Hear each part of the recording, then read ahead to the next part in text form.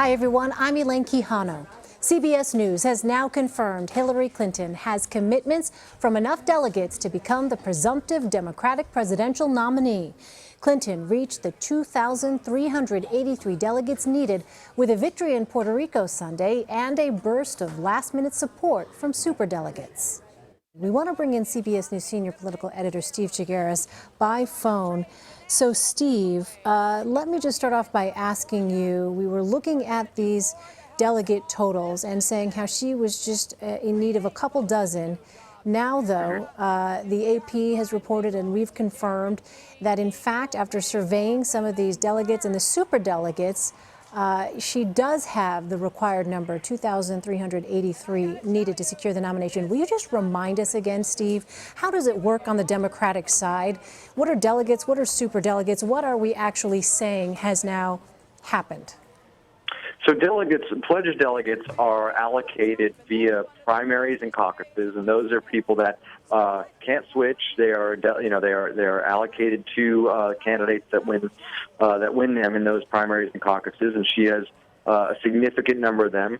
And then on top of that, there are what are called unpledged superdelegates, which are sort of VIPs in the Democratic Party, the vast majority of whom have backed Hillary Clinton, have for months now. So if you combine the number of pledged delegates she has earned through the primaries and caucuses, plus the number of superdelegates who have publicly acknowledged that they will support Hillary Clinton at the convention, she has reached the threshold of 2,383, which is the majority of delegates that will be on the floor of the convention in July in Philadelphia. Now, of course, we've heard Bernie Sanders talk a lot about superdelegates and how they don't actually vote until they get to Philadelphia, and so you can't count on them. But what we've done historically since superdelegates have come into the game in 1984 is you count you count the pledged delegates plus the number of superdelegates that have publicly acknowledged that they will support a candidate, and then once they hit that threshold of 50% plus one, which Hillary Clinton has done now, then they become the presumptive nominee. And barring some sort of catastrophe or some major change, these superdelegates will not change their minds before we get to the convention. So at this point, we can declare her the presumptive nominee of the Democratic Party. All right, we should tell our viewers that Senator Bernie Sanders' campaign has issued a statement, and it reads in part, it accuses the media of a rush to judgment. It also says, quote, Secretary Clinton does not have and will not have the requisite number of pledged delegates to secure the nomination. She will be dependent on superdelegates who do not vote until July 25th and who can change their minds between now and then. So, Steve, where does this news leave Senator Sanders? Yeah, it's unfortunately for Senator Sanders, what he's doing is he's reading into the delegate math something that has historically never been done, which is to say that in order for somebody to be considered the presumptive nominee, they have to hit 50%, that 2,383 number, with only pledged delegates. That has never happened since superdelegates have come into the game since 1984. And so he's sort of moving the goalposts at this point.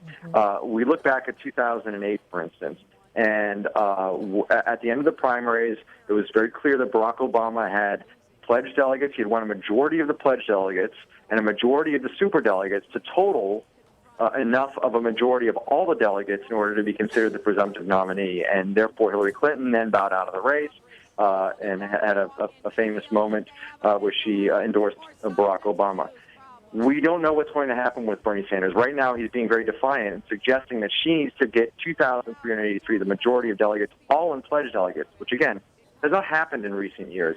So, again, he's sort of moving the goalposts to suggest that he's still in the game.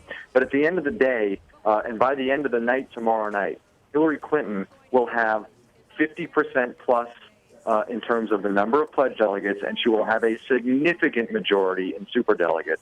And that total, plus the fact that she also has 3 million more popular vote than he does, she also will have won more states than Bernie Sanders. There's just not a metric that works for Bernie Sanders for him to say to superdelegates, before we get to the convention in Philadelphia, I would like you to consider changing your mind, because superdelegates will not really go against the will of the voters. And at that, but by the end of the night tomorrow, they will have if they even consider that, they'll be considering going against the will of voters. I don't think you're going to see that happen. It has been close, though, as we've seen in California, where Hillary Clinton is campaigning right now in Long Beach. What if, in fact, that state does go to Bernie Sanders? Couldn't that bolster his argument to superdelegates that he, in fact, is the person who might be able to beat Donald Trump?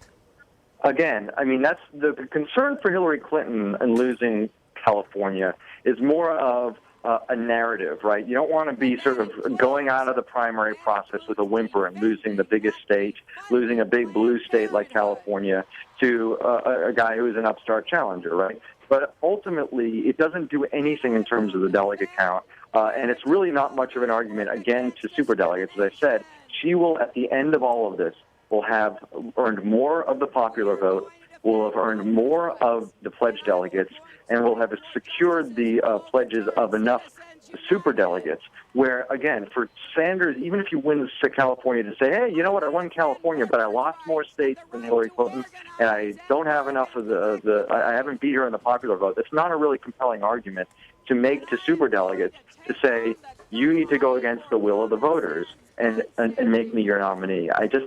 There's not a reality where that is going to happen for Bernie Sanders. And even if he wins California, which at this point, if he wins, it's going to be by a small margin, it's just not, he doesn't have a compelling argument to make to superdelegates for them to switch their minds between now and the convention in July.